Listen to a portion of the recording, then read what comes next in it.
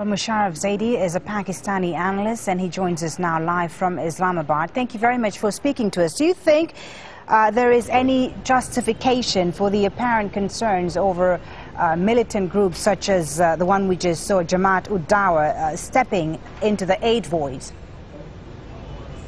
Well, I think, it's fine for people to be concerned about the Jamaat-ud-Dawa getting involved, but it's not new for Pakistanis after the 2005 earthquake that covered roughly the same area, but included Azad Jammu and Kashmir.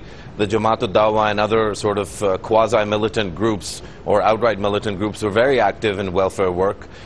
It didn't seem to swing the balance of power in terms of the politics of the area. So you saw that after all the work that they did in the earthquake, it didn't really matter at the election, because the election was won by the pseudo-secular ANP and the PPP. So I think these concerns are legitimate in the sense that, a lot of people that aren't from the area don't understand how the area works.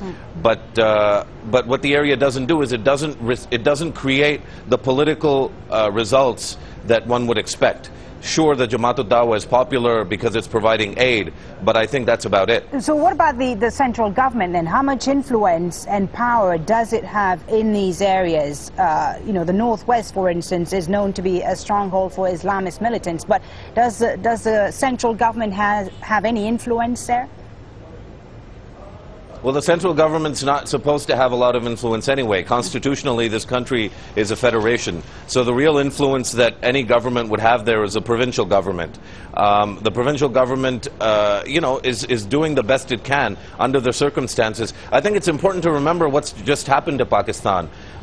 In the middle of a war against extremists and terrorists, Pakistan has been hit with the worst flood in 90 years or so. So I think, the expectation that the government should have been on top of everything and should have been able to reach every nook and cranny of the country, I think is just fundamentally unfair. We've seen much bigger, much more capable countries like the United States, like China, with the landslides in China. Do you agree that there are, however, some underlying structural problems that make the Pakistani government ill-prepared for handling disasters such as this one?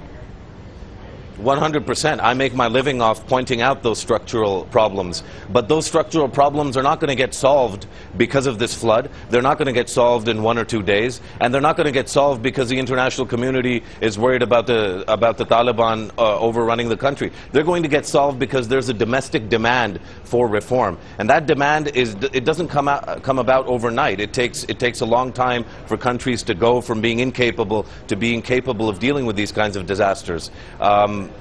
That's bad news for the rest of the world, because basically what I'm saying is, we're going to have to wait for Pakistan to catch up, and that's just how it is. All right, well, thank you very much for your insight, Mosharraf Zaidi, live from Islamabad there.